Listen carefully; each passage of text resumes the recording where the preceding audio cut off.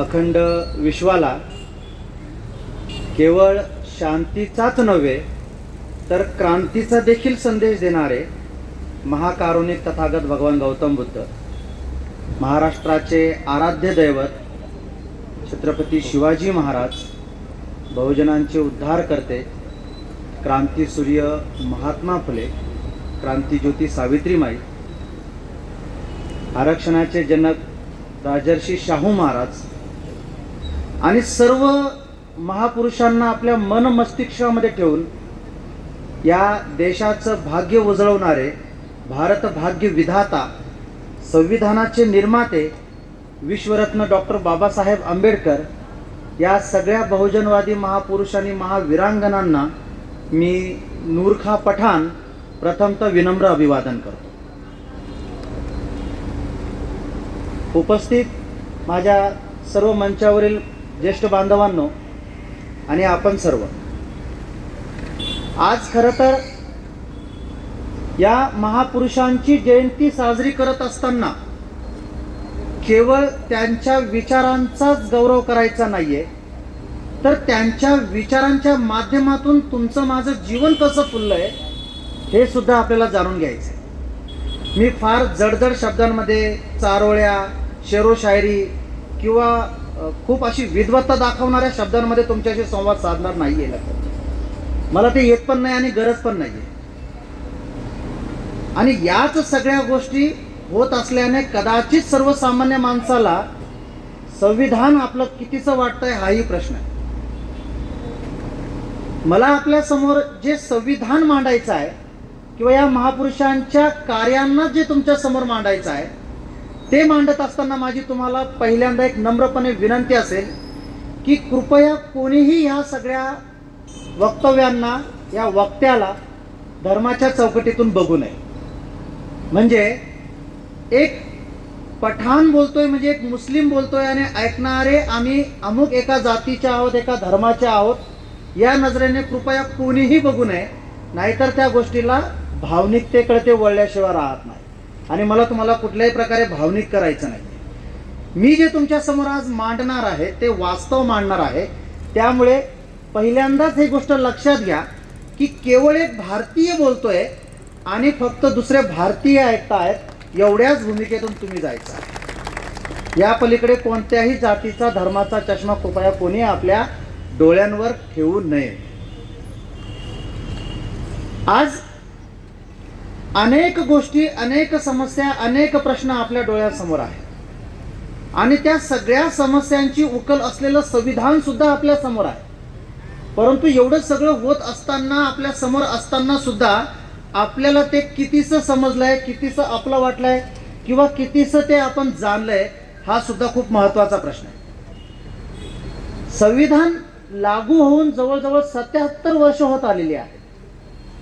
या 77 वर्षामध्ये जे संविधान संपूर्ण भारतासाठी लागू आहे त्या भारतातील किती भारतीयांना या संविधानाच्या संदर्भामध्ये माहिती आहे हा एक खूप मोठा प्रश्न आहे. म्हणजे तुम्हाला जर माझ्या बोलण्याची सत्यता तपासायची असेल तर रस्त्यावरून चालणाऱ्या कुठल्याही माझ्या 10 बांधवांना तुम्ही विचारा की बाबा रे, संविधान नक्की काय प्रकार आहे माहिती आहे का तुम्हाला? याचं उत्तर निश्चितच 77 वर्षानंतर आपण असं समजू शकत होतो की 70% तरी लोकांचं उत्तर आपल्याला अपेक्षेप्रमाणे येईल की हो मला माहिती आहे आणि त्याप्रमाणे सगळी व्यवस्था निर्माण व्हावी म्हणून मी स्वतः सुद्धा प्रयत्नशील आहे.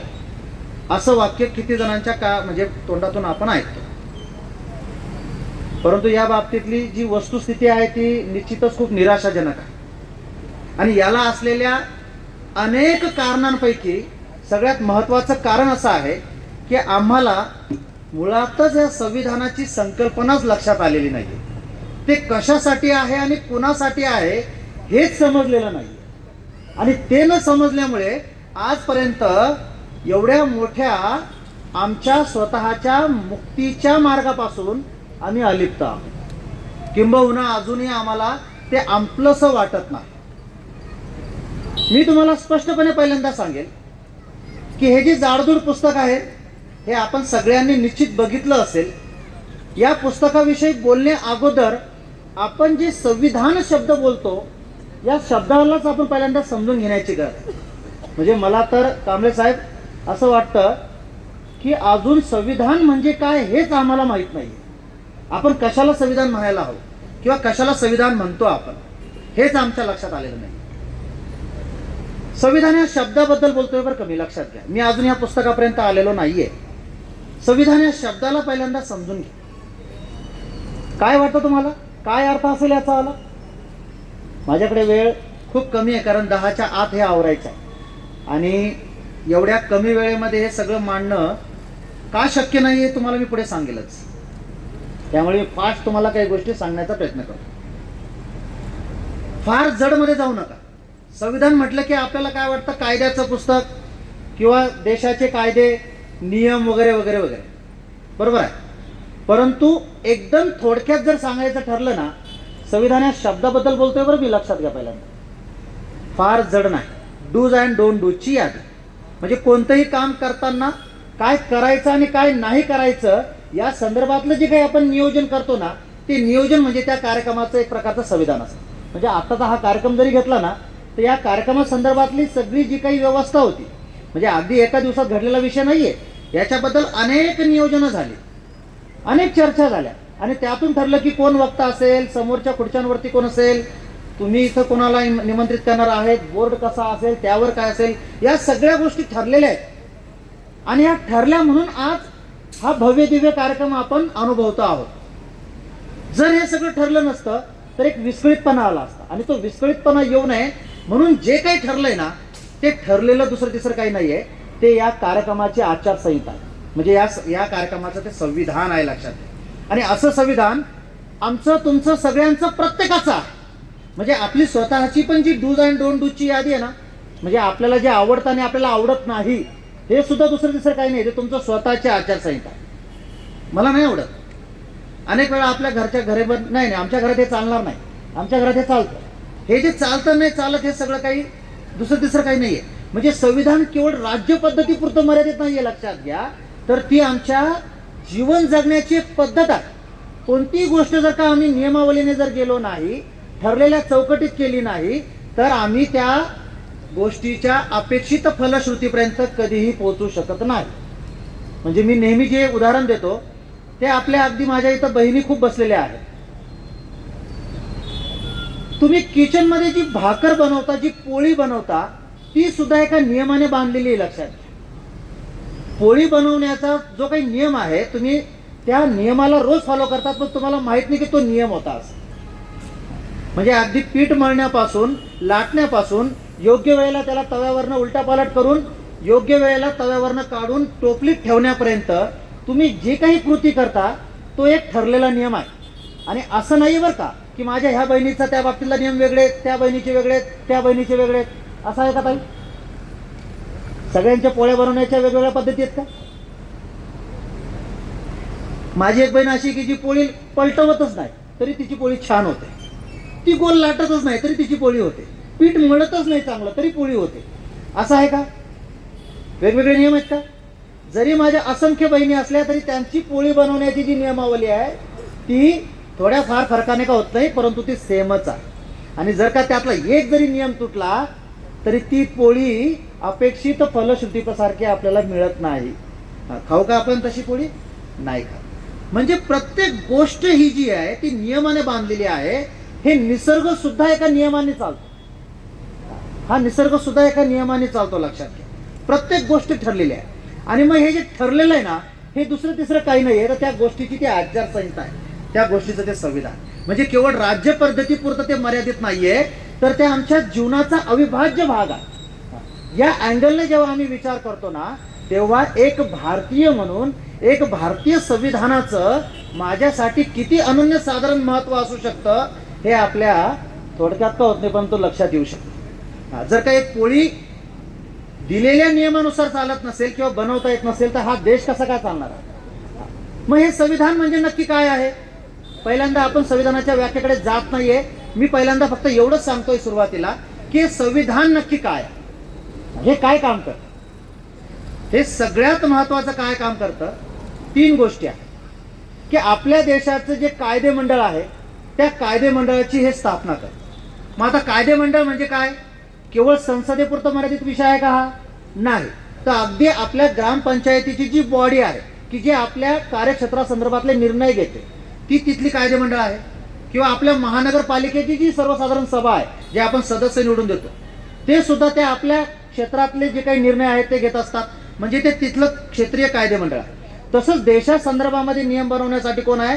तर संसद आहे. मग हे संविधान पहिल्यांदा काय करतं? तर या कायदे मंडळाची स्थापना करतं. बरं, केवळ स्थापना करतं का? तर नाही. त्यांच्या अधिकारांची निश्चिती करतं, त्यांच्या कर्तव्याची निश्चिती करतं, त्यांच्या मर्यादांची निश्चिती करतं. म्हणजेच काय? तर हा अगदी ग्रामपंचायतीपासून ते देशापर्यंतचा जो कारभार आहे तो चालवण्यासंदर्भातली जी काही चौकट आहे, जी नियमावली आहे, त्या नियमावलीच्या चौकटीत राहून सगळे निर्णय हे कायदे मंडळ घेत असतात. चौकटीत बरं का, याच्या चौकटीबाहेर कोणताही निर्णय घेऊ शकत नाही, हे लक्षात ठेवा. त्यानंतर काय? तर कायदे मंडळानंतर जे कार्यकारी मंडळ आहे, आता हे कार्यकारी मंडळ दोन प्रकारचं असतं. एक राजकीय कार्यकारी मंडळ, एक प्रशासकीय कार्यकारी मंडळ. म्हणजे राजकीयमध्ये अगदी ग्रामपंचायत सदस्य किंवा नगरसेवक बांधवापासून ते थेट राष्ट्रपती पदापर्यंत हे राजकीय कार्यकारी मंडळ झालं. यांची कालमर्यादा ठरलेली असते 5 वर्षाची.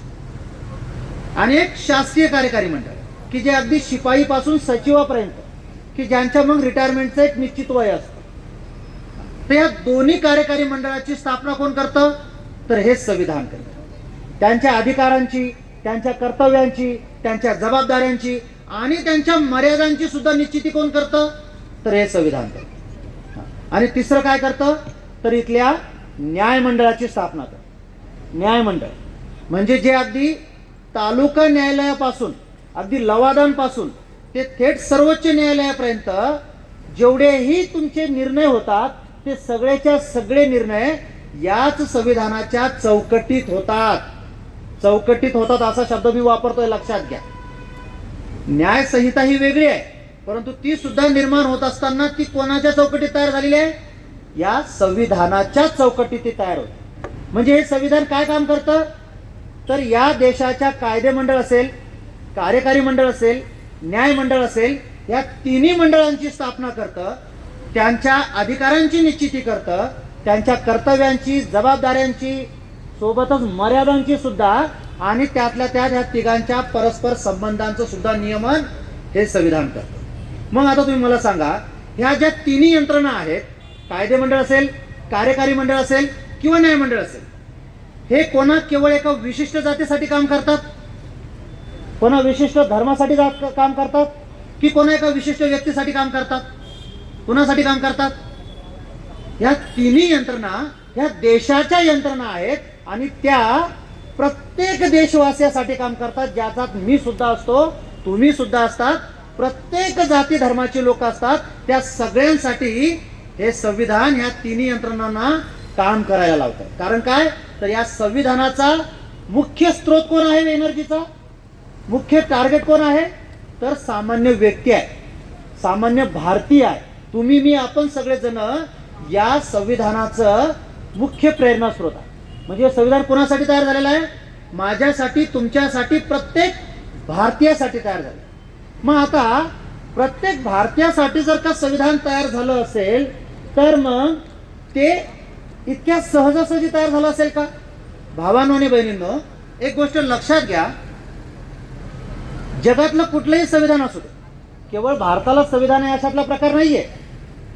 प्रत्येक लोकशाहीवादी देशाला संविधान आहे. मग हे जगातले जे काही जेवढेही संविधान आहे, तुम्हाला काय वाटतं एकदम सहजासहजी तयार झाले असतील का? संविधान बनवणं म्हणजे एखादी अकॅडमिक प्रोसेस आहे का? म्हणजे सर अभ्यासक्रम बदलला 5वीचा, चला पठाण सरांना आणखी 5-6 जणांची टीम देऊया, 15 दिवस महाबळेश्वरला पाठवूया, झाला अभ्यासक्रम तयारीने लागू झाला, असं एखाद्या देशाचं संविधान तयार होत असेल असं तुम्हाला वाटतं का? एवढी ही काही अकॅडमिक प्रोसेस आहे का संविधान तयार होण्याची? अजिबात नाही. लक्षात, हा संघर्ष जर तुमच्या लक्षात आला ना तर या संविधानाच्या संदर्भात माझी भूमिका नक्की काय असावी आणि हे संविधान माझ्यासाठी नक्की कसं वर्कआउट करतं हे तुमच्या लक्षात येणार. कोणत्याही देशाचं संविधान असतं ते कधीच सहजासहजी तयार होत नाही. ते तयार होण्यासाठी प्रचंड संघर्ष असतो. त्या त्या देशाचा इतिहास असतो. त्या इतिहासामध्ये झालेल्या ज्या काही क्रांत्या आणि प्रतिक्रांत्या आहे, त्या देशाची जी काही समाज व्यवस्था आहे, त्या देशामध्ये ज्या काही सामाजिक, राजकीय, आर्थिक या सगळ्या ज्या काही गोष्टी आहेत, या सगळ्यांचा एकंदरीत विचार करून त्या त्या संविधानाची, त्या त्या देशातल्या संविधानाची निर्मिती होत असते. आता या बाबतीत जर आपण विचार केला तर आपलं जे भारतीय संविधान आहे, या संविधानाने तर जगातील इतर संविधानाच्या तुलनेमध्ये जरा निर्मितीमध्ये जरा अधिकचा संघर्ष केलेला आहे. का अधिकचा संघर्ष केलेला आहे? तर आमच्या संविधानाने निर्मितीसाठी एक नव्हे तर तब्बल 2 स्वातंत्र्य लढ्यांचा सामना केलेला आहे. कोणते होते ते 2 स्वातंत्र्याचे लढे? एक होता राजकीय स्वातंत्र्याचा लढा, की जो उघड उघड आम्ही इंग्रजांविरुद्ध लढत होतो. परंतु आमचा जर का भारताचा इतिहास बघितला सगळा, तर केवळ इंग्रजच आमच्या इथं सत्ताधीश होते अशातला प्रकार नव्हता. अनेक परकीय आपल्या इथं येऊन गेलेत, अनेक स्वकीयांचे राज्य आपल्या इथं होते. म्हणजे या राज्य पद्धतीशी सुद्धा आपला राजकीय लढा सातत्याने चालू होता आणि त्यातून आम्हाला जसं अपेक्षित स्वातंत्र्य हवं आहे, ते स्वातंत्र्य या संविधानातून आम्हाला मिळावं म्हणून प्रयत्न चालू होते. आता ते कसे होते, काय होते, मी पुढे तुमच्या समोर मांडणार आहे. परंतु मुद्दा फक्त लक्षात घ्या की केवळ राजकीय नाही. आता राजकीय स्वातंत्र्याच्या बाबतीत आपण असं गृहीत धरूया की 15 ऑगस्ट 1947ला इंग्रजीतून निघून गेले. 26 जानेवारी 1950ला आपल्या देशाचं संविधान लागू झालं आणि तेव्हापासून आपण संपूर्ण स्वातंत्र्य झालो. म्हणजे एक प्रकारे राजकीय स्वातंत्र्य लढा जो होता तो आपला संपला असं आपण गृहीत धरूया. मी गृहीत धरूया असा शब्द वापरलेला आहे, लक्षात. परंतु या राजकीय स्वातंत्र्य लढ्यापेक्षा सुद्धा जो अधिक महत्वाचा होता आणि संपूर्ण भारतीयांच्या, म्हणजे केवळ एकच विशिष्ट जात नाही, एकच विशिष्ट समाज नाही, तर संपूर्ण भारतीयांच्या दृष्टिकोनातून जो सगळ्यात महत्वाचा स्वातंत्र्याचा लढा होता तो होता सामाजिक स्वातंत्र्याचा लढा. आता हा जो सामाजिक स्वातंत्र्याचा लढा होता हा काही आजकालचा नव्हता. हा तब्बल 2500 वर्षांपासूनचा होता आणि वेगवेगळ्या कालखंडामध्ये आपल्या वेगवेगळ्या महापुरुषांनी या स्वातंत्र्य लढ्याचं नेतृत्व केलेलं आहे. आता तो काय होता, कसा होता, आपण ते पुढे बघणार आहोत. फक्त मुद्दा एवढा लक्षात घ्या आत्ताच्या पुरता की हे जे संविधान आहे, हे संविधान केवळ राजकीय स्वातंत्र्य लढ्यातून निर्माण झालेलं नाही, तर याची जी पार्श्वभूमी आहे ती सामाजिक स्वातंत्र्याच्या लढ्याची सुद्धा आहे. म्हणजे 2 लढ्यांचं नेतृत्व करणाऱ्या आमच्या सर्व महापुरुषांनी वेगवेगळ्या कालखंडामध्ये वेगवेगळ्या अनुच्छेदांची निर्मिती करून त्याची मांडणी या संविधानामध्ये केलेली आहे. म्हणजे हे संविधान जर का तुम्हाला विचारलं किती कालावधीमध्ये तयार झालेलं आहे, तर तुमच्यापैकी बऱ्याच जणांचं उत्तर असेल 2 वर्ष 11 महिने आणि 18 दिवस. मी त्याला सर्वसाधारण 3 वर्ष म्हणूया आपण, ठीक? कारण 17 दिवसांवरती पण आमचा एक वाद अडकलेला आहे, 17 दिवस का 18 दिवस. त्यामुळे मी सर्वसाधारणपणे त्याला 3 वर्ष, काही अडचण नाही ना कुणाला, सर्वसाधारणपणे 3 वर्ष हा जो कालावधी आहे कांबळे साहेब, हा कालावधी फक्त या संविधानाला स्ट्रक्चरल रूप देण्याचा कालावधी आहे, लक्षात ठेवा, संपूर्ण निर्मितीचा नाही. का असं म्हणतोय, तर या संविधानाच्या निर्मिती मागे जी संकल्पना आहे, मी तुम्हाला अगोदरच बोललो की ते प्रचंड संघर्षातून तयार होत असतं. म्हणजेच या संविधानाचा जो संघर्ष आहे तो जर का 2500 वर्षांचा आहे, तर या संविधानाची निर्मिती सुद्धा, निर्मितीची प्रक्रिया ही केवळ त्या सर्वसाधारण 3 वर्षाची नाही, तर 2500 वर्षांची आहे. आणि याच्यातले अनेक अनुच्छेद हे आमच्या वेगवेगळ्या महापुरुषांनी त्यांना वेगवेगळ्या कालखंडामध्ये आकार दिलेला आहे. मग अशा वेळेला या संविधानाची व्याख्या करताना मी तुम्हाला स्पष्टपणे असं सांगेल की केवळ कायद्याचं पुस्तक एवढ्या पुरतं मर्यादित या संविधानाची व्याख्या नाही. ही सगळी पार्श्वभूमी समजून घेतल्यानंतर या संविधानाची व्याख्या करताना मी असं सांगेल की आमच्या सामाजिक आणि राजकीय या दोन्ही स्वातंत्र्य लढ्याचं नेतृत्व करणाऱ्या आमच्या सर्व महापुरुषांनी तुम्हाला, मला, आम्हा सर्व भारतीयांना डोळ्यांसमोर ठेवून संपूर्ण स्वातंत्र्य बहाल करण्याच्या दृष्टिकोनातून उद्याच्या आदर्श भारताचं बघितलेलं स्वप्न म्हणजे दुसरं तिसरं काही नाही, ते हे संविधान आहे, लक्षात घ्या. आणि या स्वप्नाच्या अर्थाला अधिक व्यापक करायचं काम किंवा या स्वप्नाला अधिक व्यापक करून स्वातंत्र्याच्या अर्थाला अधिक व्यापक करायचं काम जर कोणी केलं असेल तर ते काम केलं आहे या संविधानाचे निर्माते विश्वरत्न डॉक्टर बाबासाहेब आंबेडकर यांनी. ही टाळी मला अपेक्षित अजिबात नाहीये, कारण इथे पठाण बोलला आणि बौद्धांनी ऐकला असं त्याचा अर्थ मी घेतोय. मी तुम्हाला पहिलेच बोललोय, एक भारतीय बोलतोय आणि दुसरा भारतीय ऐकतोय. पुन्हा आणखीन चौकट तयार होते आणि मग बाबासाहेब कुणाचे हा प्रश्न पडतो. हे लक्षात घ्या, बाबासाहेब कोणा एका विशिष्ट जातीचे नाही, कोणा एका विशिष्ट धर्माचे नाहीत, ते राष्ट्रपुरुष आहेत. या अँगलने ही मांडणी आहे आणि त्याच अँगलने तुम्ही ऐकायचं ही मी तुम्हाला सुरुवातीलाच विनंती केलेली आहे. भावनिक होऊ नका, भावनिक पद्धतीने समजून घेऊ नका. मी जे असं बोललो त्याच्या मागे कारण आहे, ते कारण मी तुम्हाला पुढे सांगणार आहे. कारण एक एक गोष्ट मी आता तयार करून ठेवतोय जी तुम्हाला पुढे उलगडत जाणार आहे. मग जर का उद्याच्या आदर्श भारताचं स्वप्न असेल आणि याची निर्मिती जर का आपल्या वेगवेगळ्या कालखंडातील वेगवेगळ्या महापुरुषांनी केली असेल, तर मग या संविधानाने नक्की माझ्या तुमच्या आयुष्यामध्ये काय बदल घडून आणलेले आहेत हे जाणून घेणं गरजेचं आहे. पहिल्यांदा जो मुद्दा होता, मी तुम्हाला असं सांगत होतो की 2500 वर्षांची निर्मिती आणि वेगवेगळ्या महापुरुषांनी याला आकार दिलेला आहे, तो नक्की कसा आहे समजून घ्या. मी तुम्हाला पहिले सांगितलं की आपल्याला प्रत्येक गोष्टीला नियम आहे आणि या नियमाने जर आपण गेलो तरच आपण अपेक्षित फलश्रुतीकडे जातो. या निसर्गाला सुद्धा स्वतःचे नियम आहेत आणि त्या नियमांनीच हा निसर्ग वागतो. निसर्गाच्या नियमांचा जो पाया आहे, निसर्गाचे जे नियम आहेत ते कशाच्या बेसवर आहेत, तर गोष्ट लक्षात घ्या, ते आहेत स्वातंत्र्य, समता, बंधुता आणि न्यायाच्या तत्वावर. निसर्ग या 4 गोष्टींवरती कोणत्याही व्यक्तीसोबत कोणत्याही आधारावरती कधीही भेदभाव करत नाही, लक्षात घ्या. आपण आता या गोष्टीचा संदर्भ संविधानाशी कसा आहे हे समजून घेण्याचा प्रयत्न करू. आपण नेहमी असं म्हणतो की आमच्या देशाचं संविधान हे जगातलं सगळ्यात मोठं संविधान आहे. ऐकलं असेल तुम्ही सगळ्यांनी.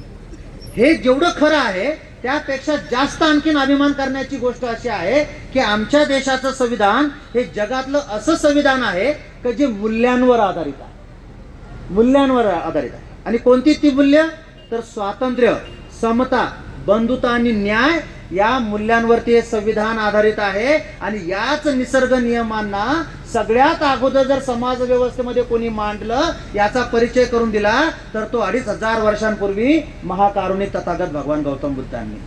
म्हणजे या संविधानाचा जो पाया आहे, ज्या पायावर हे संविधान उभं आहे, त्याचा पायाच मुळात 2500 वर्षांपूर्वी घातला गेला. म्हणजे तिथून या संविधानाच्या निर्मितीची प्रक्रिया सुरू झाली. आता वेगवेगळ्या कालखंडामध्ये क्रांती आणि प्रतिक्रांती हा आपल्या देशाचा इतिहास आहे. वेगवेगळ्या कालखंडामध्ये या क्रांतीची धुरा आमच्या वेगवेगळ्या महापुरुषांनी केली. या क्रांतीची धुरा जेव्हा संत परंपरेकडे आली, अगदी स्वामी चक्रधर पासून ते गाडगे बाबांपर्यंत या सर्व संतांनी या संविधानातले समतेचे सगळे आर्टिकल लिहिले. तुम्ही जर संतांची संदेश बघितला, संतांची शिकवण बघितली, त्यांचं कार्य बघितलं, अगदी ज्ञानेश्वरांपासून तुकारामांपासून ते गाडगे बाबांपर्यंत, तर या सगळ्यांनी या भारतीय समाजामध्ये समतेचं आणि बंधुत्वाचं मूल्य पेरलं.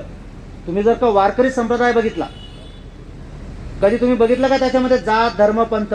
अरे शेख संत मोहम्मद नावाचे मुस्लिम संत सुद्धा या वारकरी संप्रदायामध्ये होते. एकमेकांना माऊली म्हणून ते संबोधतात. याच्यापेक्षा आणखीन बंधुत्वाची भूमिका कोणती असू शकते?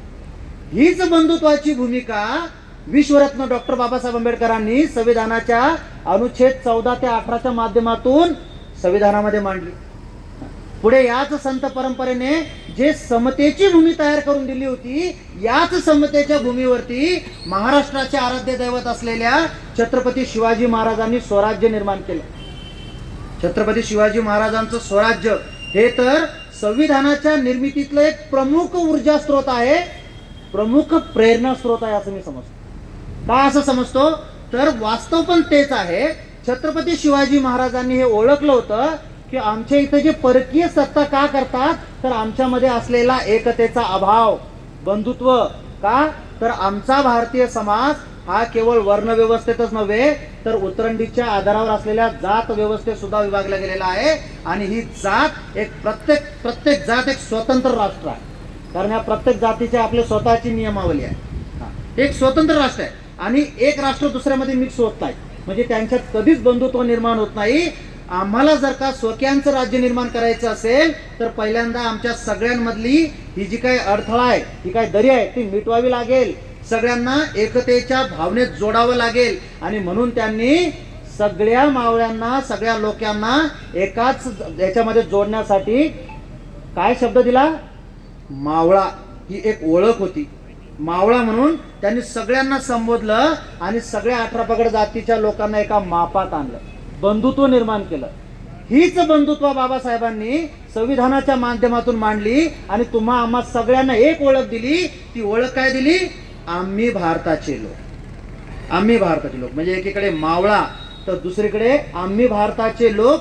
हे दोन्ही शब्द मला तरी समानार्थी वाटतात. कारण या दोन्ही शब्दांमधून ना कुठल्या जातीचा उल्लेख होतो, ना कुठल्या धर्माचा उल्लेख होतो, ना कुठल्या लिंगाचा उल्लेख होतो. म्हणजे सगळे एका मापात येतात. सोबतच छत्रपती शिवाजी महाराजांच्या याच गोष्टीवरनं आपल्या संविधानाच्या उद्देशिकेचा पहिलाच शब्द आम्ही भारताचे लोक हा प्रेरित आहे. लक्षात घ्या मावळा या शब्दावर. सोबतच छत्रपती शिवाजी महाराजांचं जे राज्य होतं ते लोक कल्याणकारी राज्य म्हणून स्वीकारलं गेलं, मानलं गेलं किंवा त्या पद्धतीनेच राजांनी त्या राज्य केलं. लोक कल्याणकारी राज्य म्हणजे या राज्यामध्ये शेतकरी असेल, कामगार असेल, कोणी असेल, या प्रत्येकाचं कल्याण होईल. म्हणजे छत्रपती शिवाजी महाराजांचं राज्य हे राजा केंद्रित नव्हतं जे अन्य राजांचं असतं, तर ते प्रजाहित केंद्रित होतं. लक्षात ठेवा. म्हणजे अनेक राजाचे राज्य जे होते तो राजा त्या राज्याचा मालक असायचा आणि त्याच्यासाठी ती प्रजा असायची आणि मग त्याच्या सुखासाठी ते सगळं झटत असायचं. परंतु इथे राजा छत्रपती शिवाजी महाराजांनी अशी यंत्रणा उभी केली होती की ते राजा केंद्रित राज्य नव्हतं तर ते लोकहित केंद्रित होतं. म्हणून त्याला लोक कल्याणकारी म्हटलं गेलं. त्यांच्या सैनिकांना सज्जड दम होता. काय दम होता? तर जेव्हाही तुम्ही लढाईला जाल त्यावेळेला शेतकऱ्याच्या पिकाच्या देठाला सुद्धा धक्का लागणार नाही याची काळजी. इव्हन दो त्यांनी पर्यावरणावर सुद्धा झाडं तोडण्याचे सुद्धा नियम 400 वर्षापूर्वी बनवून ठेवले होते जे आजही आम्हाला अजून अवगत नाहीयेत. लक्षात. त्यांनी झाड तोडताना सुद्धा अगोदर पहिल्यांदा झाड दुसरं लावायचं आणि जे जीर्ण झालेलं आहे तेच तोडायचं, हिरवं झाड तोडायचं नाही. असं केव्हा म्हटलं? 400 वर्षांपूर्वी. 400 वर्षांपूर्वी. सोबतच त्यांच्या राज्यामध्ये अगोदर राजांच्या लोकांमध्ये बघा वतनदारी सारखा प्रकार होता आणि जे वतनदार होते ते आपल्या वतनाचे राजे म्हणून मिरवायचे एक प्रकारे. अन्यायग्रस्त जनता याच्यातूनच खूप त्रस्त झालेली होती. छत्रपतींनी ते ओळखलं आणि त्यांनी वतनदारी बंद केली आणि अधिकाऱ्यांना डायरेक्ट पगार सुरू केले. हे लोक कल्याणकारी राज्याची संकल्पना होती. लक्षात. महिलांनो, सर्वात जास्त आदराचं स्थान या राजाच्या राज्यामध्ये महिलांना होतं. अगदी सुभेदाराच्या म्हणजे कल्याणच्या सुभेदाराच्या सुनेचं उदाहरण तुम्हा सगळ्यांना कल्पना आहे. म्हणजे अशा पद्धतीचं हे लोक कल्याणकारी राज्य, शेतकरी हिताचं राज्य, जनतेच्या हिताचं राज्य छत्रपती शिवाजी महाराजांनी राबवलं आणि तीच प्रेरणा या संविधानामध्ये घेतल्या गेली. अगदी शेतकऱ्यांसाठी अनेक तरतुदी, कामगारांसाठी अनेक तरतुदी, पर्यावरणाच्या अनेक तरतुदी, एवढंच नव्हे तर महिलांसाठीच्या सुद्धा तरतुदी या सगळ्याच्या सगळ्या शिवाजी महाराजांच्या लोककल्याणकारी राज्यावरनं प्रेरित आहेत. एवढंच नव्हे तर या संविधानाचा डायरेक्ट भाग 4 ज्याला अनुच्छेद 36 ते 51 दरम्यान मांडण्यात आलेला आहे त्याला DPSP म्हणजे directive principles of state policies, राज्य धोरणांची नीती निर्देशक तत्व असं म्हटलं जातं. ही तत्व तेवढ्यासाठी मांडण्यात आली की आम्ही सुद्धा या संविधानाच्या माध्यमातून छत्रपती शिवाजी महाराजांची लोककल्याणकारी राज्याची संकल्पना स्वीकारली आणि ती प्रत्यक्षात कशी उतरवावी म्हणून थेट भाग 4 आपल्या संविधानामध्ये जोडला आणि अनुच्छेद 36 ते 51 मध्ये नक्की काय काय काय काय व्हावं हे सगळं त्याच्यामध्ये मांडलं. म्हणजे या संविधानाचा भाग 4 जो आहे ना तो पूर्णपणे छत्रपती शिवाजी महाराजांच्या लोककल्याणकारी राज्याच्या संकल्पनेवर आधारित आहे. पुढे जेव्हा महात्मा फुले यांच्याकडे सामाजिक क्रांतीची धुरा आली अनेक अशा गोष्टी महात्मा फुलेंनी केल्या. केवळ शिक्षणापुरते ते मर्यादित नव्हते. तुम्हाला सगळ्यांना कल्पना आहे, शेतकरी असतील, कामगार असतील, महिला असतील, या सगळ्यांसाठी त्यांनी काम केलं. वेळेचं भान ठेवता मी जास्त मुद्दे घेणार नाही, पण एक मुद्दा आवर्जून घेईल की आपल्या सगळ्यांना माहिती आहे की महात्मा फुले यांनी शिक्षण हे सगळ्यांच्या मुक्तीचं द्वार मानलं, लक्षात ठेवा. आणि तेच शिक्षण सगळ्या बहुजन समाजातल्या सगळ्या मुलामुलींना मिळावं म्हणून 1882 मध्ये जेव्हा हंटर कमिशन भारतामध्ये आलं त्यावेळेला या सगळ्या समाजातल्या मुलामुलींना मोफत व सक्तीचं शिक्षण मिळावं म्हणून तिथं ते निवेदन देत होते. तेच आपल्या संविधानातल्या अनुच्छेद 45ची निर्मिती होती की जे मोफत व सक्तीच्या शिक्षणाच्या संदर्भात सांगतो. अरे आरक्षणा संदर्भामध्ये जे अनुच्छेद 15 आहे, 16 आहे, कुठून आले? अरे याची निर्मितीच मुळात सर्वात अगोदर 1902 मध्ये जेव्हा राजर्षी शाहू महाराज आपल्या संस्थानामध्ये 50% जेव्हा त्यांनी आरक्षणाची घोषणा केली तेव्हा ते अनुच्छेद 15 आणि 16च्या पाया तयार झाला. एवढंच कशाला, अनुच्छेद 17 जो अस्पृश्यते संदर्भामध्ये भाष्य करतो, अरे त्याची निर्मितीच मुळात मी ज्या क्रांतीभूमीतून आलेलो आहे, ज्या महाडमधून आलेलो आहे, तिथे 20 मार्च 1927 रचली गेली, चौदार तळ्याच्या सत्याग्रहाच्या वेळेला.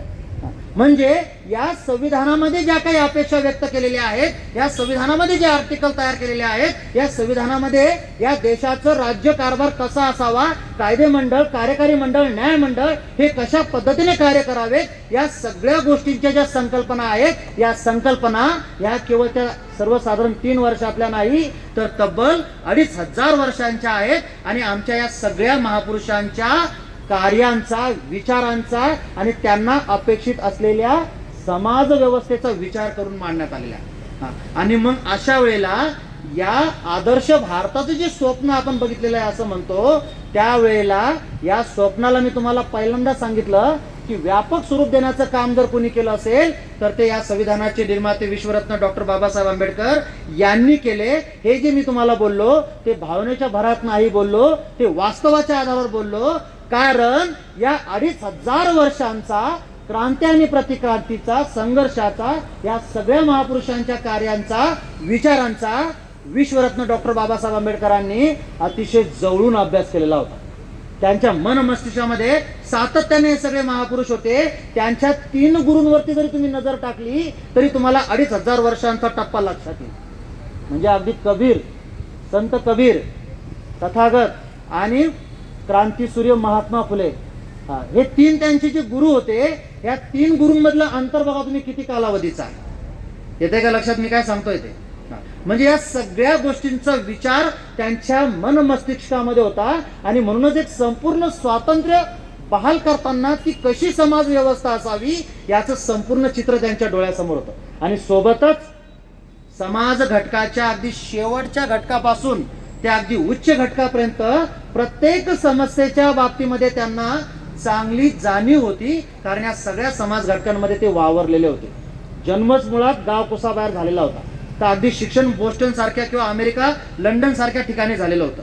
म्हणजे सगळ्या समाज घटकांचा अनुभव, त्यांच्या समस्यांचा अनुभव, त्यांच्यावरच्या उकलींची जाणीव, या सगळ्या गोष्टी त्यांच्या म्हणजे मन मस्तिष्कामध्ये होत्या. आणि म्हणूनच त्यांनी या संविधानाला ते आकार देऊ शकले. सोबतच सगळ्यात महत्वाचा प्रश्न होता, ते सातत्याने इंग्रजांविरुद्ध जे आपले राष्ट्रीय सभेचे नेते लढत होते किंवा आपले जे काही स्वातंत्र्य सैनिक लढत होते, त्या सगळ्यांसमोर त्यांचा एकच प्रश्न होता. ते सातत्याने अनेक प्रश्न त्यांना विचारत होते, परंतु एक महत्वाचा प्रश्न असा होता की जर का समजा इंग्रज इथून निघून गेले आणि इथे असलेली जी काही सरंजामशाही आहे, पुरोहितशाही आहे, इथे असलेली जी काही व्यवस्था आहे, उतरंडीच्या आधारावर जात व्यवस्था आहे, या सगळ्या व्यवस्था जर का जशाच्या तशा राहणार असतील तर मग या स्वातंत्र्यातून आमच्या पदरात काय पडणार? हा प्रश्न खूप महत्वाचा होता. म्हणजे तुम्ही एकीकडे स्वातंत्र्याच्या गप्पा मारताय, परंतु या स्वातंत्र्याचा अर्थ काय आहे? स्वातंत्र्य या शब्दाचा नक्की अर्थ काय? केवळ सत्ता पालट होणं म्हणजे स्वातंत्र्य आहे का? केवळ इंग्रज जाणे आणि भारतीय आता त्या खुर्चीवर बसणं म्हणजे फक्त स्वातंत्र्य आहे का? असा प्रश्न ते सातत्याने विचारत होते.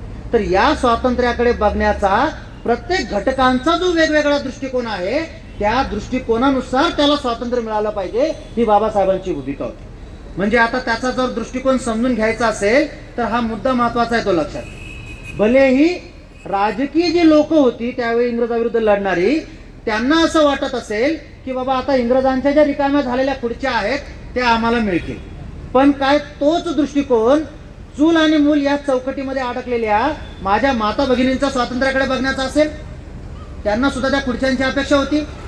किंवा जो शेतकरी माझा आपल्या शेतामध्ये राबतो आहे, बांधावर आहे, त्याचा स्वातंत्र्याकडे बघण्याचा दृष्टिकोन काय असेल, कामगाराचा काय असेल, विद्यार्थ्यांचा काय असेल, या समाज घटकेचे जे बळी पडलेले आहेत त्यांचा काय असेल. म्हणजे प्रत्येकाचा जो दृष्टिकोन होता स्वातंत्र्याकडे बघण्याचा हा वेगवेगळा होता. त्यांना स्वातंत्र्यातून केवळ राजकीय स्वातंत्र्य अपेक्षित नव्हतं, तर त्यांच्या मुक्तीचा सुद्धा अर्थ त्यांना त्याच्यातून अपेक्षित होता. आणि मग अशा वेळेला या सगळ्या समाज घटकांच्या अपेक्षांना पूर्ण केलं जाईल, त्यांना संपूर्ण स्वातंत्र्य बहाल केलं जाईल, अशी भूमिका त्यावेळचे जे राष्ट्रीय नेते जे होते ते मांडत होते. आणि मग जेव्हा इंग्रज गेले त्यावेळेला जेव्हा आमच्या स्वतःच्या देशाचं संविधान, आता आमचा देश कसा पुढे असेल हे ठरवण्यासाठी जेव्हा निर्माण करण्यासाठी जी संविधान बैठक तयार झाली किंवा संविधान सभा निर्माण करण्यात आली, त्याच्या समोर एक मोठं चॅलेंज होतं. काय तर आमचा भारत हा प्रचंड विविधतेने नटलेला आहे. अनेक जाती धर्मांमध्ये तर आहेच आहे, पण काश्मीर सारख्या ठिकाणी बर्फ पडतो तर वाळवंट सुद्धा आमच्या इथं आहे, तर तिसरीकडे समुद्र सुद्धा आमच्याकडे आहे. म्हणजे या सगळ्या विविधतेने नटलेल्या देशाच्या सगळ्या अपेक्षांना पूर्ण करणं हे खूप मोठं चॅलेंज होतं. परंतु तरी हे चॅलेंज अवघ्या सर्वसाधारण 3 वर्षामध्ये या संविधान सभेने पेललं. कारण त्या सभेमध्ये विश्वरत्न डॉक्टर बाबासाहेब आंबेडकरांसारखा एक ज्ञानी, प्रखर देशभक्त असा एक महान मानव तिथं बसलेला होता की ज्याने सगळ्यांच्या स्वातंत्र्यांना एक वेगळा आयाम दिला. का तर स्वतःच्या पाठीशी या सगळ्या गोष्टींचा अनुभव होता, सगळ्या गोष्टींचा अनुभव होता. इंग्रजांसाठी सुद्धा लढताना सगळ्यात मोठे स्वातंत्र्य सैनिक म्हणून बाबासाहेब पुढे येतात, कारण त्यांनी आम्हाला लढण्याची एक नवी दिशा दिली होती. काय होती ती दिशा? त्यांचं म्हणणं काय होतं लक्षात घ्या कांबळे साहेब, कायद्याच्या राज्यात कायदा हेच हत्यार असतं. कायद्याच्या राज्यात कायदा हेच हत्यार असतं. त्यांना माहिती होतं की जरी इंग्रज इथं असले, ते इथं जरी हुकुमशाही पद्धतीने राबवत असले, तरी त्यांच्या इथं मात्र लोकशाही होती. ते भारतामध्ये कोणतीही गोष्ट करताना पहिल्यांदा त्यांच्या पार्लमेंटमध्ये त्या अर्थाचा कायदा बनवायचे आणि त्याची अंमलबजावणी भारतामध्ये करायची. भले ती खूप क्रूर पद्धतीने असायची, तो भाग वेगळा आहे. शेवटी ते लुटायला आलेले होते, ते काय आपल्या कल्याणासाठी आलेले नव्हते.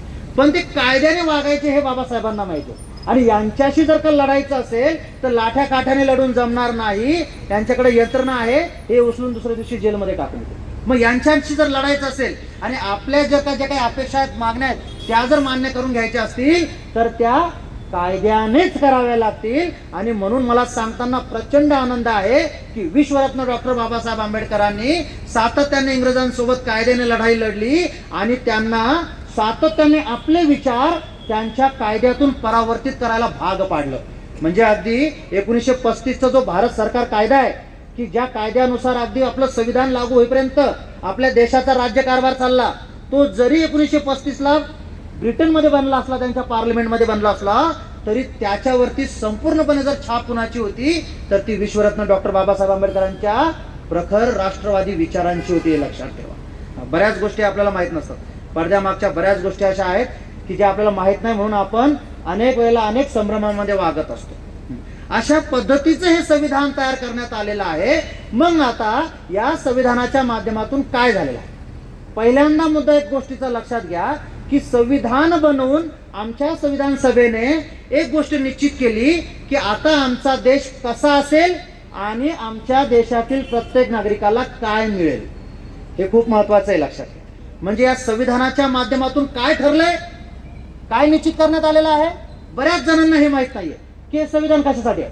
बऱ्याच जणांना सर काय वाटतं माहिती का, संविधान म्हणजे फक्त आरक्षण, आरक्षण म्हणजे फक्त बौद्ध आणि त्यांच्या पुरतं ते मर्यादित, बाकीचा आमचा त्याच्याशी काही संबंध नाही, अशा पद्धतीची भूमिका आहे. म्हणजे किती संकुचित भूमिका ठेवून आपण या संविधानाकडे बघतो.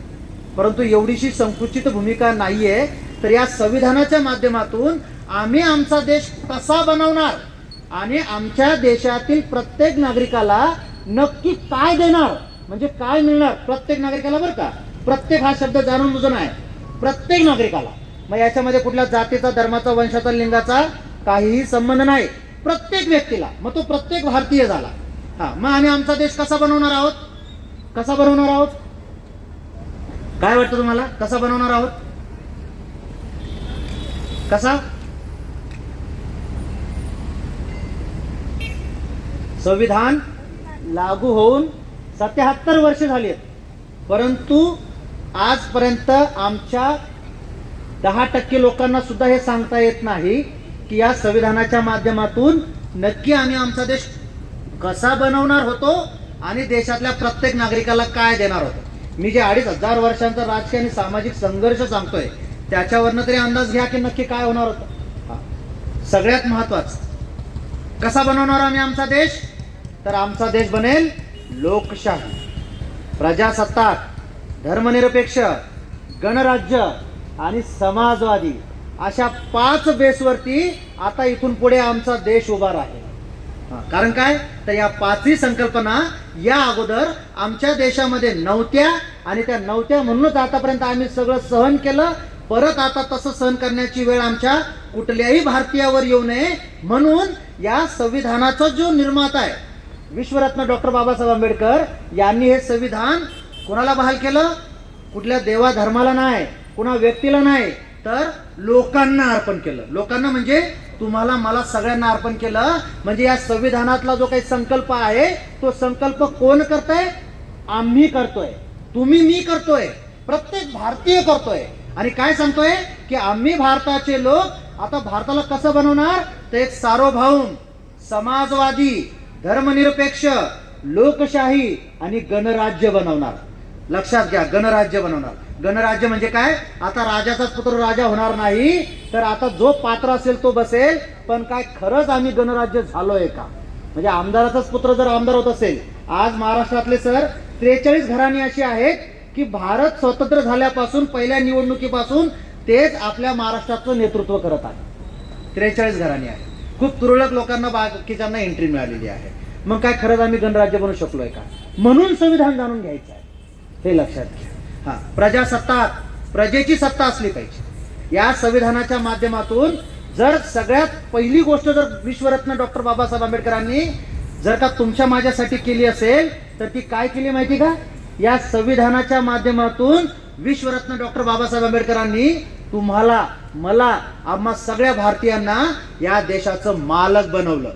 मालक बनवलं हे लक्षात ठेवा. मतदान यादीमध्ये तुमचं नाव असणं म्हणजे देशाच्या 7 बाऱ्यावर तुमचं नाव असण्यासारखं असतं, याचं भान ठेवा. परंतु आपण या मताच्या किमतीला किती ओळखलेलं आहे हे खरं तर आत्मचिंतनाचा भाग आहे. हा, प्रजासत्ताक असला पाहिजे. या सगळ्या संकल्पना तुम्ही वाचून घ्या, तुम्हाला कळतील. मला जे मुद्दे सांगायचे ते राहून जाऊ नये म्हणून मी ह्या थोडक्यात घेत आहे. आणि मग ही गोष्ट कंप्लीट डोक्यामध्ये ठेवा की जर आमचा भारत महासत्ता नाही झाला तरीही चालेल, काही हरकत नाही. पण आमच्या महापुरुषांनी या संविधानाच्या माध्यमातून आमचा भारत जसा बनवण्याचा संकल्प केलेला आहे तो मात्र तसाच बनला पाहिजे, लक्षात घ्या.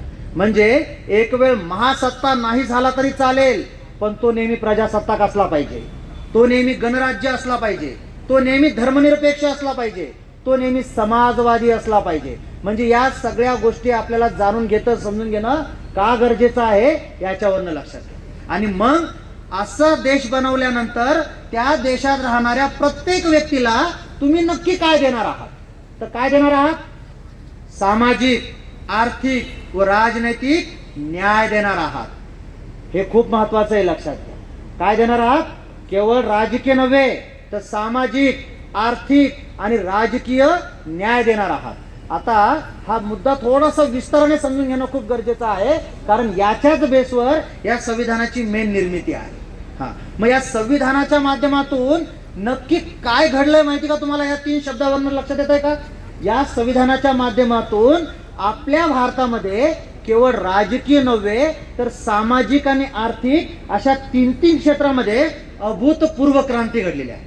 आता ही क्रांती म्हणजे नक्की काय आहे लक्षात घ्या. थोडक्यात क्रांती म्हणजे काय असतं की एक अशी समाज व्यवस्था की जिथे सर्वसाधारणपणे मूठभर लोकांच्या हातात सगळी सत्ता केंद्र असतात आणि त्यांच्या मेहरबानीवरती त्यांच्या दयेवरती बहुसंख्य समाज जगत असतो.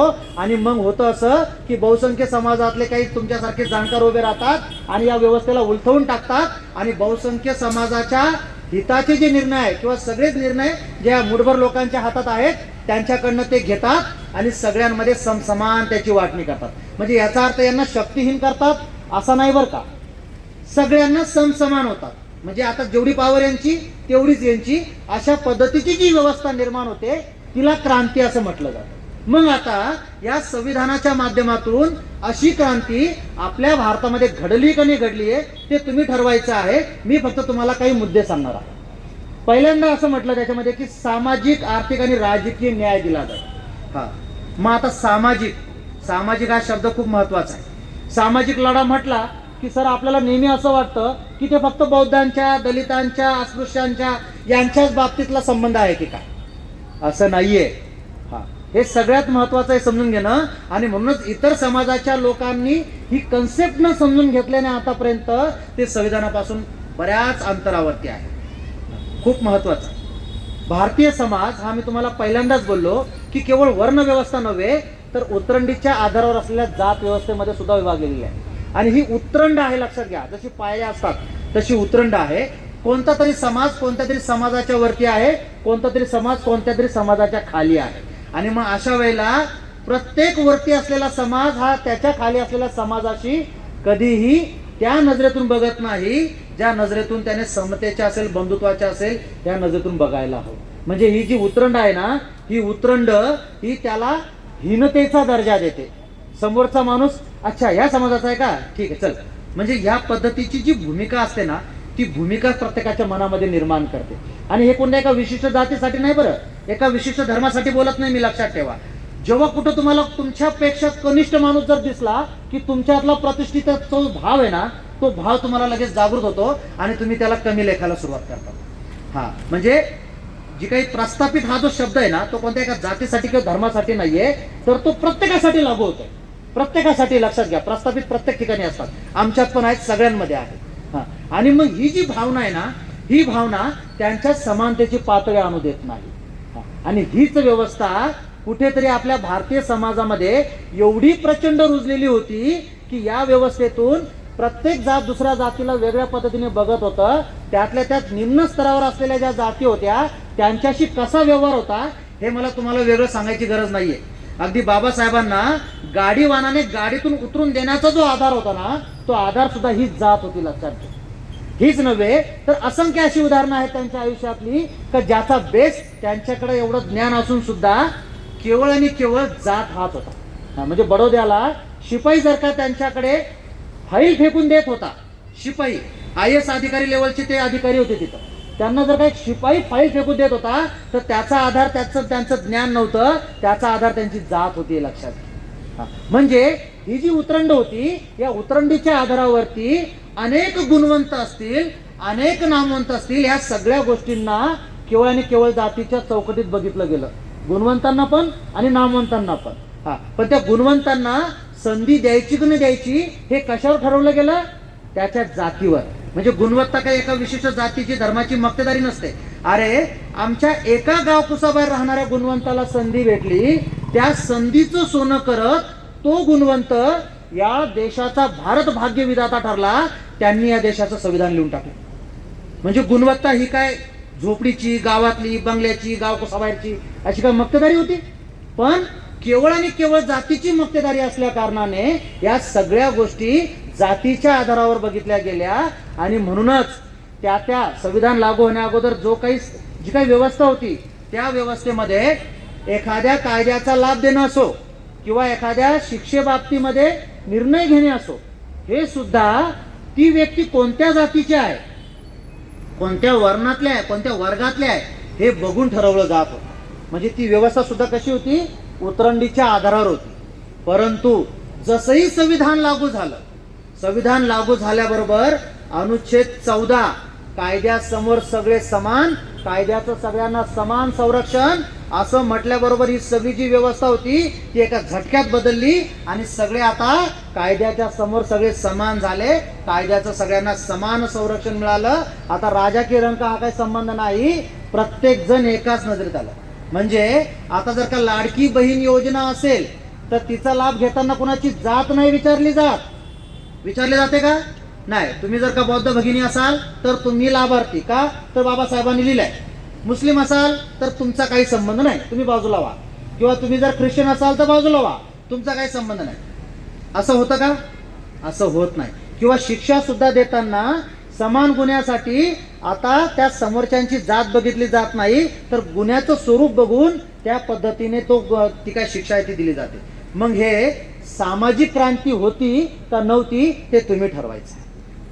सोबतच सामाजिक बाबतीत बोलायला गेलो की आम्हाला फक्त अस्पृश्य समाज आठवतो, परंतु या सामाजिक गुलामगिरीचं सगळ्यात मोठं जर का कोणी लाभार्थी होतं, या गुलामगिरीतून ज्यांना मुक्त करण्यात आलं संविधान नावाच्या, त्याचा लाभार्थी वर्ग जर का सगळ्यात मोठा कोणता होता तर बऱ्याच जणांना असं वाटतं की ते केवळ आदिवासी आपले दलित बांधव असतील. तसं नाहीये. तर तो सगळ्यात मोठा वर्ग होता इथं बसलेला महिला वर्ग.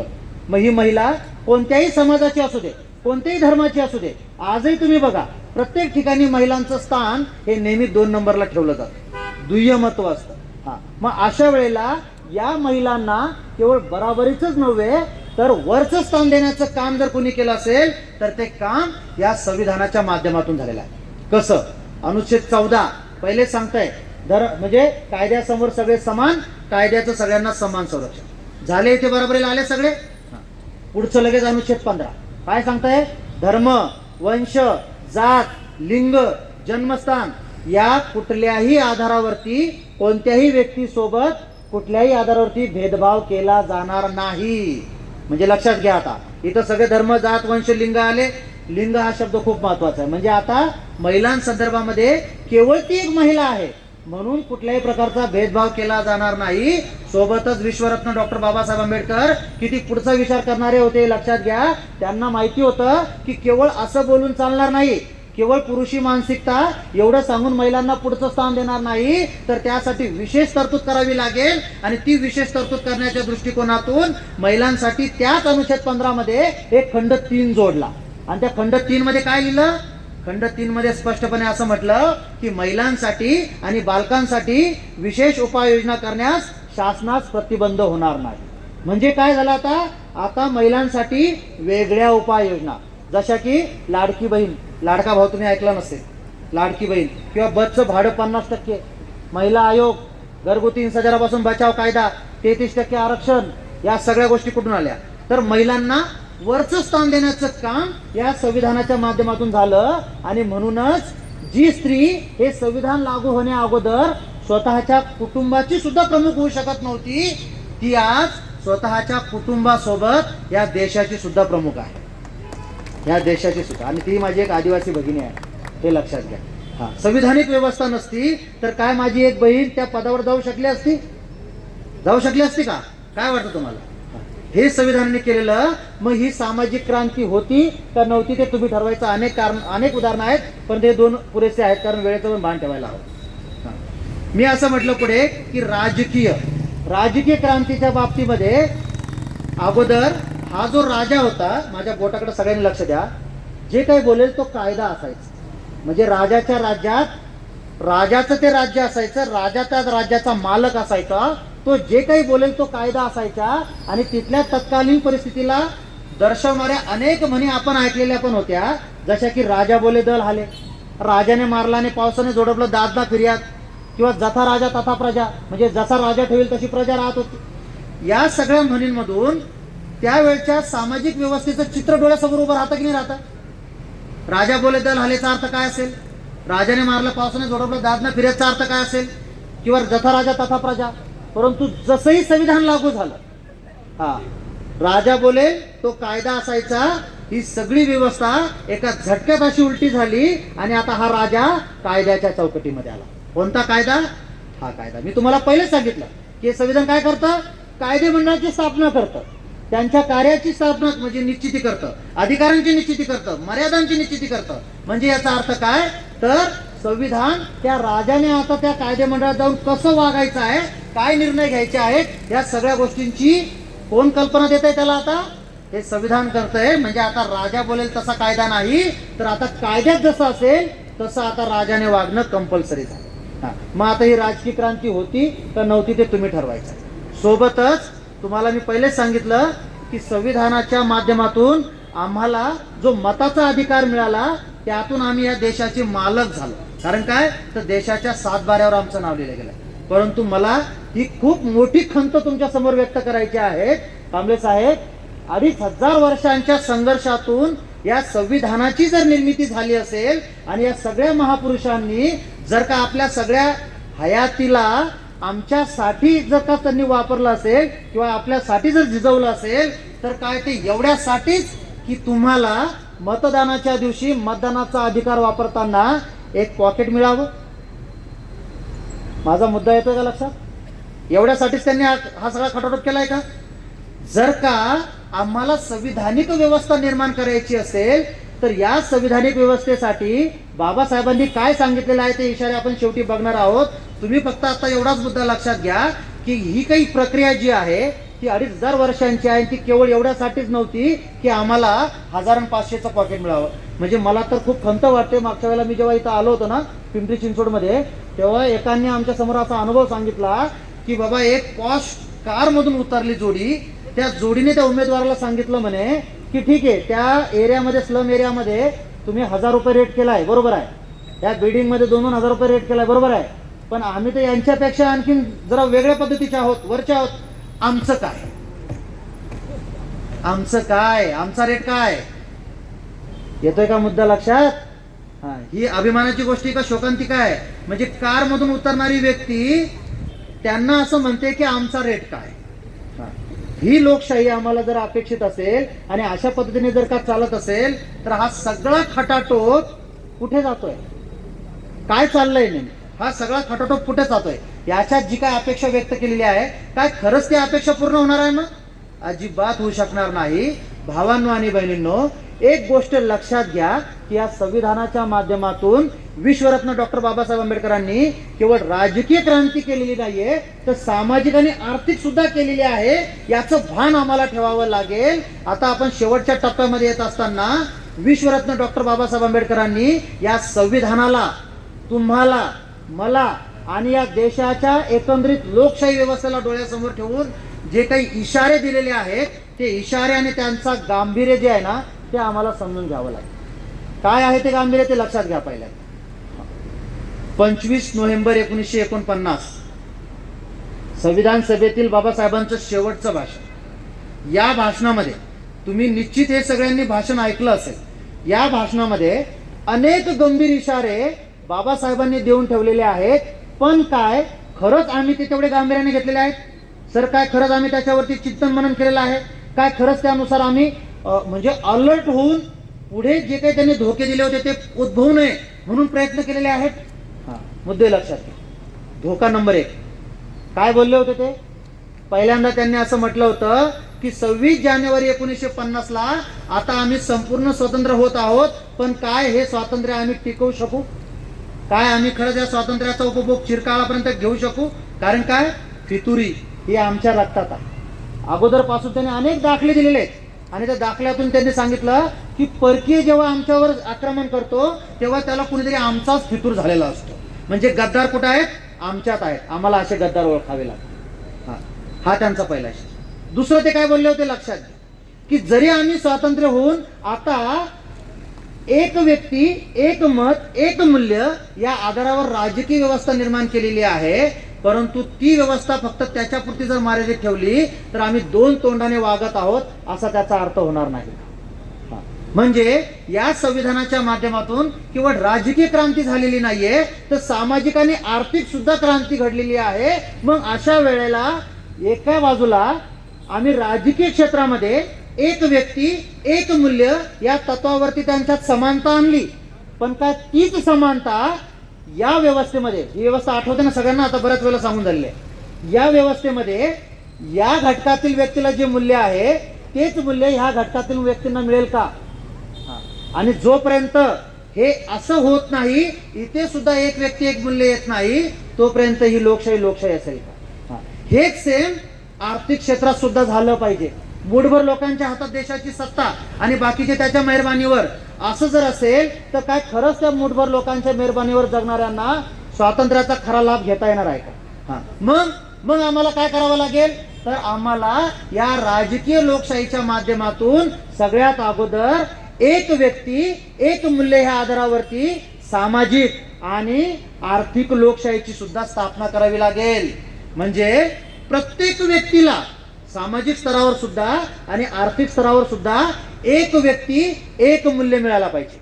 म्हणजे प्रत्येक व्यक्ती समान असली पाहिजे, समान मूल्याची असली पाहिजे, अशी व्यवस्था निर्माण करावी लागेल. आणि जर आम्ही अशी व्यवस्था निर्माण करण्यात अपयशी ठरलो तर लक्षात ठेवा, या व्यवस्थेचे बळी ठरलेली जी लोक आहेत तीच लोक आम्ही जो हा महत् प्रयासाने जो लोकशाहीचा डोलारा उभा केलेला आहे तो डोलारा उद्ध्वस्त केल्याशिवाय राहणार नाही. हा मी माझ्या मनाने वापरलेला शब्द नाहीये, लक्षात घ्या. हे तुम्ही तुमच्या एका क्लिकवर मोबाईलवरती चेक करू शकता की बाबासाहेब असं म्हटले की नाही म्हटले. पुढे बाबासाहेब काय म्हटले ते लक्षात. मग अशा वेळेला सामाजिक आणि आर्थिक क्षेत्रात ही लोकशाही स्थापन झालेली आहे का? काय वाटतं तुम्हाला? सगळ्यांना एक व्यक्ती एक मूल्य मिळालेलं आहे का? जर झालं नसेल तर ते कसं निर्माण करायचं आहे त्याची सगळी मांडणी या संविधानामध्ये आहे.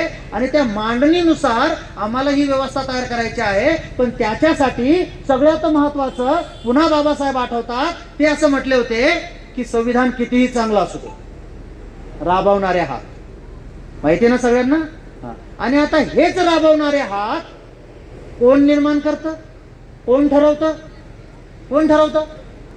कोण ठरवतं? पक्षश्रेष्ठी. कोण ठरवतं? मतदानाच्या माध्यमातून तुम्ही मी आपण ठरवतो. का संविधान समजून घेणं गरजेचं आहे हे लक्षात घ्या. या मुद्द्यातून तुमच्या ते लक्षात येईल. का समजून घेणं लक्षात आहे? तर बाबासाहेब असं म्हणाले होते, राबवणारे हात खूप महत्वाचे. मग जर का या संविधानाच्या माध्यमातून जी क्रांती आम्हाला घडवायची आहे ती क्रांती कोण घडवणार आहे? तर पहिल्यांदा ते राबवणारे हात घडवणार आहेत, लक्षात घ्या. कारण त्यांच्याकडे आम्ही याला राबवण्याची ताकद दिलेली आहे. त्यांना आम्ही तो अधिकार दिला आहे की तुम्ही याच्या संदर्भातलं किंवा याच्यातले जे काही तरतुदी आहेत त्यानुसार राज्य कारभार करा. हे राबवा, म्हणजे राबवण्याची जबाबदारी आम्ही त्यांच्यावर दिलेली आहे. आणि मग असे राबवणारे हात जर का आम्ही तिथं पाठवत असू, आम्ही जर का ते ठरवत असू, तर ही क्रांती नक्की काय आहे आणि त्या क्रांतीला यशस्वी करण्यासाठी कोणता हात सक्षम आहे हे ठरवण्याची जबाबदारी कुणाची आहे? ही कुणाची आहे?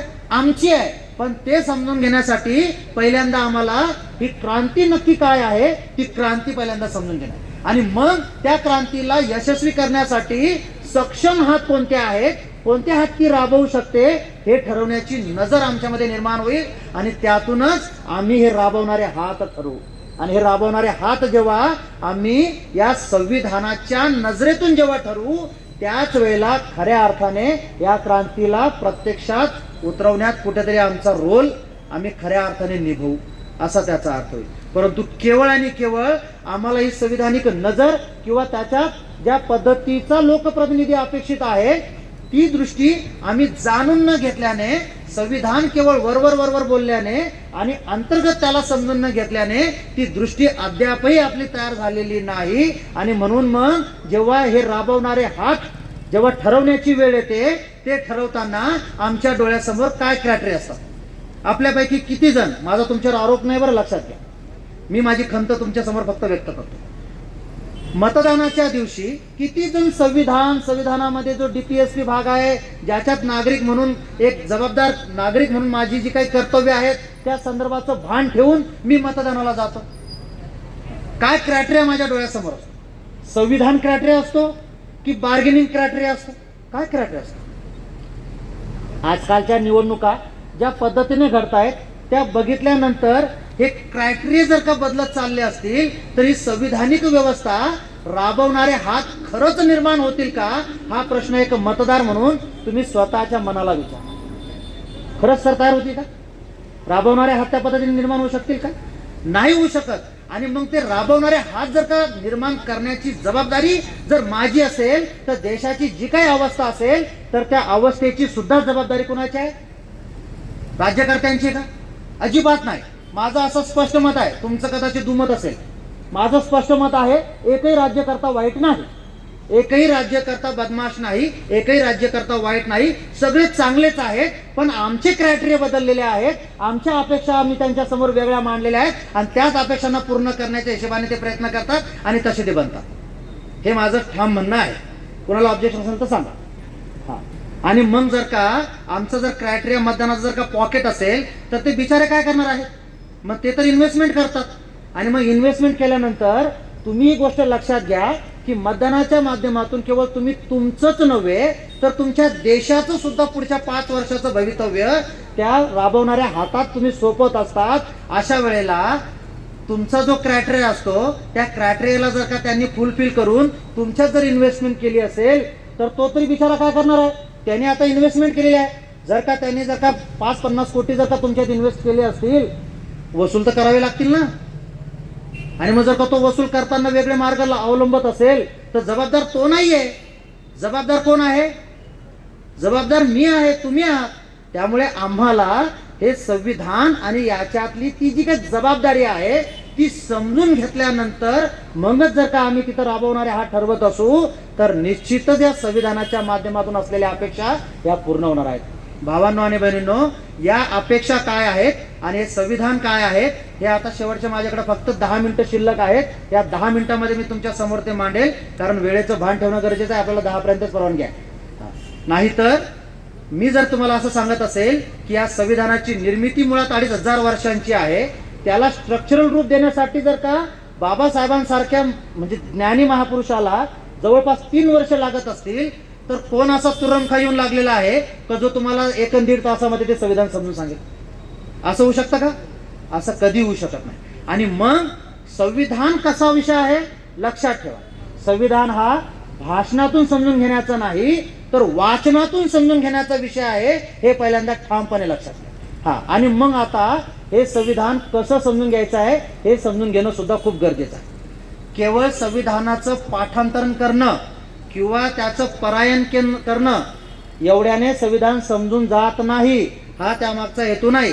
माझी खात्री आहे की तुमच्यापैकी प्रत्येकाने संविधान वाचण्याचा 100% प्रयत्न केलेला आहे. प्रत्येकाने केलेला आहे की नाही? खरं सांगायचं, प्रत्येकाने केलेला आहे.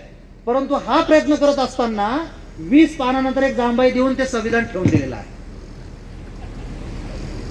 आहे का अनुभव?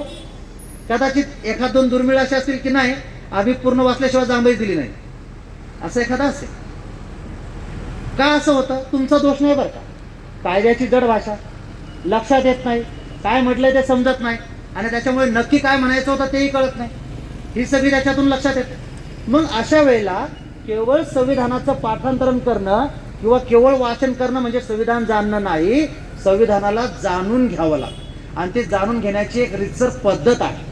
ती पद्धत जर का आपण अवलंबली तरच आपल्याला खऱ्या अर्थाने संविधान समजणार आहे. मग काय ती पद्धत? तर पहिला असा आयुष्य आहे की पहिल्यांदा आम्हाला त्या संविधानातलं जे काही अनुच्छेद आहे ते वाचावं लागतं. ते वाचल्यानंतर त्याच्यातले जे काही जडजड शब्द असतील, कायद्याचे शब्द असतील तर त्याचा अर्थ काय तो समजून घ्यावा लागतो. तो समजून घेतल्यानंतर त्या अपेक्षा नक्की काय व्यक्त केली होती त्या अनुच्छेदामधून ती समजून घ्यावी लागते. ती समजून घेतल्यानंतर त्या अपेक्षेला पूर्ण करण्यासाठी मी तुम्हाला अगोदरच बोललो, कायदे मंडळ, कार्यकारी मंडळ आणि न्यायमंडळ त्यांनी नक्की काय पाऊल उचललेलं आहे ते समजून घ्यावं लागतं. आणि मग पुढे त्याच्याशी संबंधित काही कोर्ट केसेस आहेत का हे सुद्धा बघावं लागतं. एक उदाहरण देतो म्हणजे तुमच्या लक्षात. मी असं म्हटलो की अनुच्छेद 15 मध्ये स्पष्टपणे महिलांसाठी विशेष तरतूद करण्यात यावी अशी तरतूद केलेली आहे. काय म्हणता अनुच्छेद 15चा खंड 3? महिलांसाठी विशेष उपाययोजना करण्यास शासनास प्रतिबंध होणार नाही. हा, मग आता ही जी अपेक्षा आहे या अपेक्षेला पूर्ण करण्यासाठी काही पावलं उचलली गेलीत का? पहिल्यांदा अशी अपेक्षा का व्यक्त करण्यात आली हेही जाणावं लागतं. म्हणजे कुठेतरी पुरुषप्रधान संस्कृती आहे, महिलांना संधी दिली जात नाहीये, कुठेतरी पुरुषी अहम आडवा येतोय आणि मग अशा वेळेला महिलांना कुठेतरी वेगळे मार्ग, वेगळ्या संध्या देणं गरजेचं होतं. म्हणून ते आर्टिकल त्यात टाकण्यात आलं. असं प्रत्येक आर्टिकल बद्दल आहे बरं का, फक्त 15च्या खंड 3 नुसारच नाही, सगळ्या आर्टिकल बद्दल असंच आहे. हा, मग आता ही अपेक्षा पूर्ण करण्यासाठी काय? तर मग अगदी 90 मध्ये महिला आयोग किंवा समान वेतन कायदा किंवा स्त्री भ्रूण हत्या कायदा किंवा मग घरगुती बचाव हिंसाचारापासून बचाव कायदा ऐकला असेल तुम्ही हे सगळं, किंवा अगदी अलीकडे आलेली जी काही लाडकी बहीण आहे किंवा बस भाड्यातलं 50% सवलत माहिती ना, ह्या कुठून आल्या? तर ह्या अनुच्छेद 15च्या खंड 3च्या अंमलबजावणीच्या हेतू चालला. हा म्हणजेच काय होतं की या अनुच्छेदांच्या अनुषंगाने हे कायदे योजना बनवल्या जातात. हा परंतु आम्हाला हेच माहिती नाही की ह्या योजना कुठून येतात, कायदे कसे बनतात आणि त्यामुळे संविधानाने माझ्याशी काय संबंध आहे, मला काय दिलं, हे प्रश्न आमचे निर्माण होतात. हा मुद्दा काय होतो लक्षात घ्या. म्हणजे अगदी आणखीन एक उदाहरण दिलं, अनुच्छेद 17. म्हणजे तुम्ही जर म्हणाल की अनुच्छेद 17 मध्ये जे अॅट्रॉसिटी ऍक्टच्या संदर्भामध्ये मुद्दा आहे तर तो त्याचाच शब्द वापरलेला आहे का?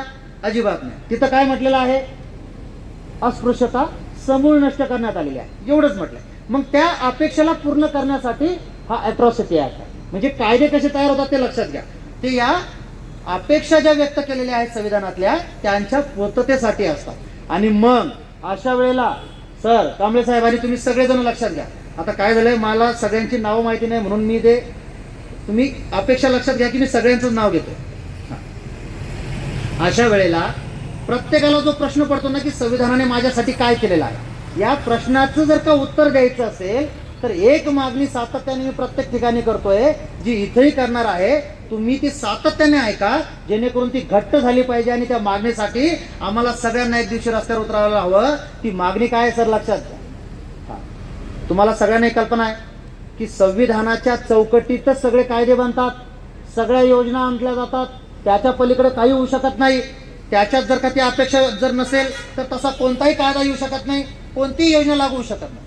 मग अशा वेळेला सरकार कोणतंही असू दे, मग ते राज्याचं असू दे ना तर केंद्राचं असू दे, कोणत्याही पक्षाचं असू दे, अशा वेळेला तुम्ही सरकार म्हणून जी काही योजना आणाल, जो काही कायदा बनवाल, त्या कायद्यासंदर्भात, त्या योजनेसंदर्भात तुम्ही स्वतःची हवी तेवढी पाठ थोपटून घ्या. आमचं काहीही म्हणणं नाही, हवं तितकी पाठ थोपटून घ्या, हवं स्वतःचं तेवढं कौतुक करून घ्या.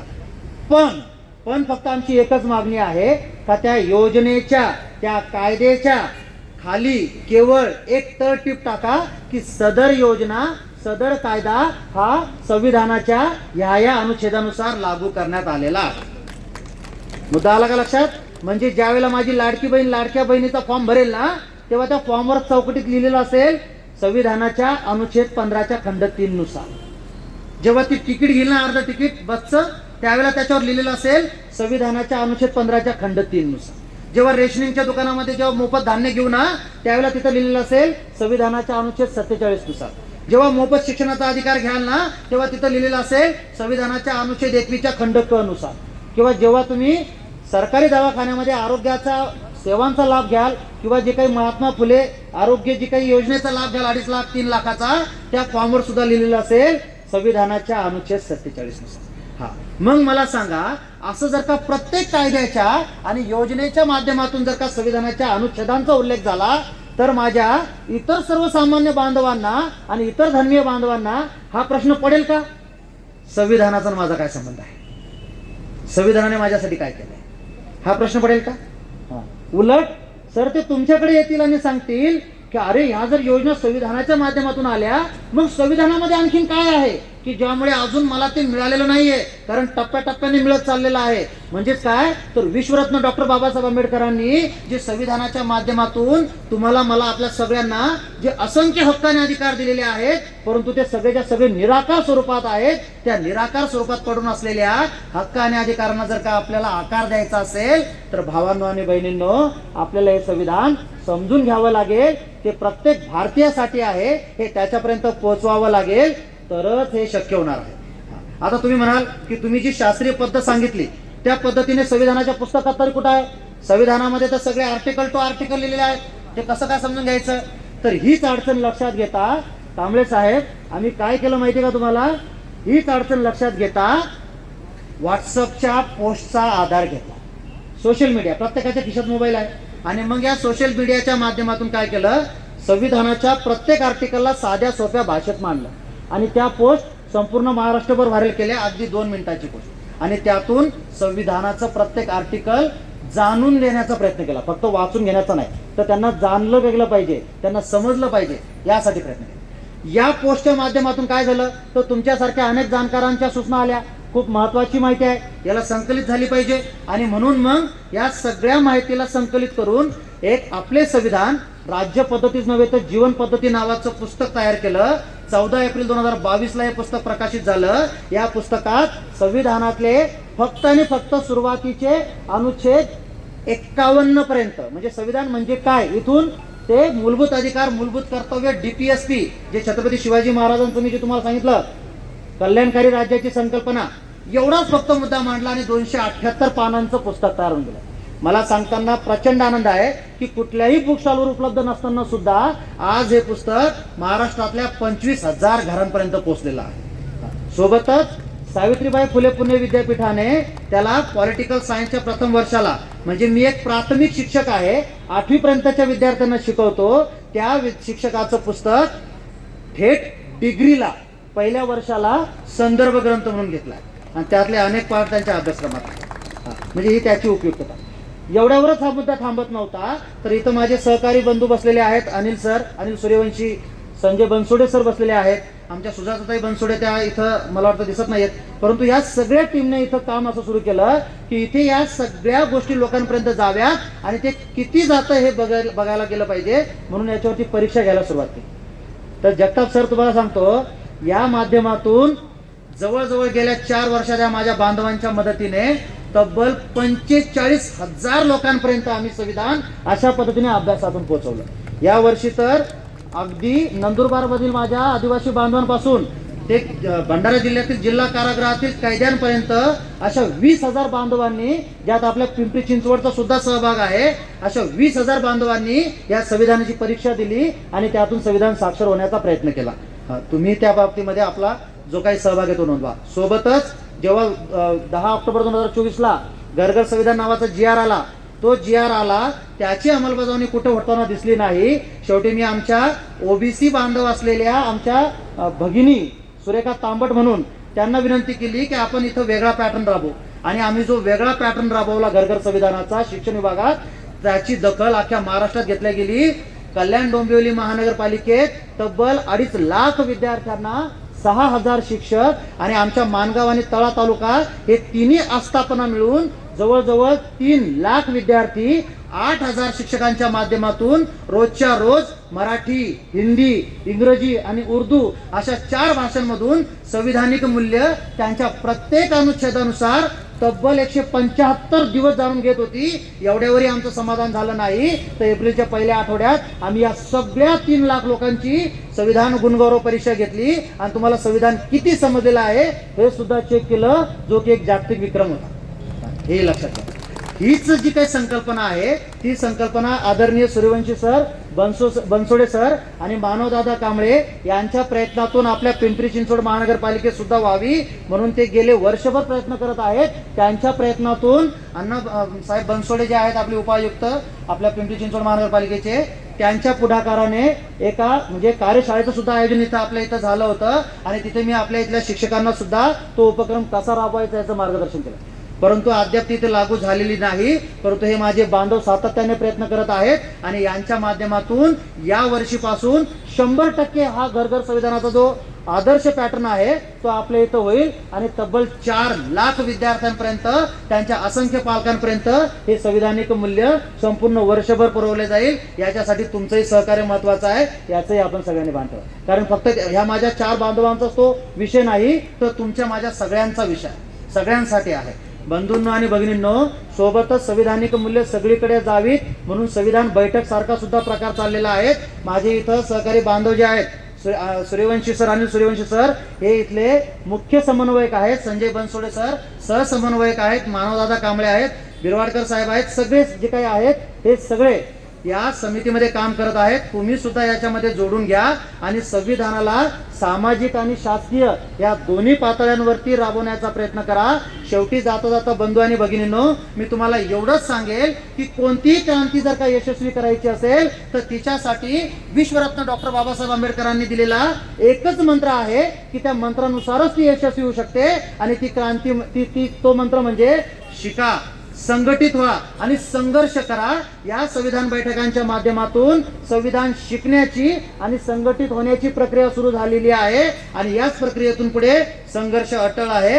अशा वेळेला विश्वरत्न डॉक्टर बाबासाहेब आंबेडकरांनी संविधानाच्या माध्यमातून जी सामाजिक, आर्थिक आणि राजकीय क्रांती घडवण्याचं स्वप्न बघितलं, ते स्वप्न पूर्ण करण्यासाठी जी जबाबदारी त्यांनी तुमच्या माझ्यावर दिली, ती जबाबदारी आम्ही सगळेजण शिका, संघटित व्हा आणि संघर्ष करा या मंत्रानुसार निश्चित पूर्ण करून विश्वरत्न डॉक्टर बाबासाहेब आंबेडकरांच्या स्वप्नातला आदर्श भारत, ज्याला आम्ही प्रबुद्ध भारत सुद्धा म्हणतो, तो भारत घडवण्यामध्ये आपलं सगळ्यांचं योगदान द्याल एवढीच मी तुमच्याकडनं अपेक्षा व्यक्त करतो.